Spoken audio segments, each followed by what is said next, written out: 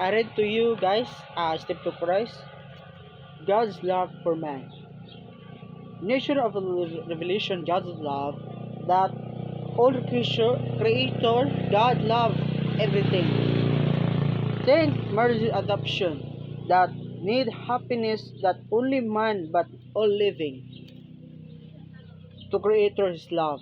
Remember, God love his creation, even we are sinners.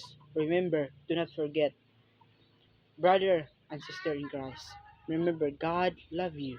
Do not forget of everything. Jesus love us according to his love, that he served, he sacrificed himself into the Calvary cross to be save our sins. Brother and sister in Christ, remember, do not forget, God is love for you. Thank you. Oh, happy Sabbath.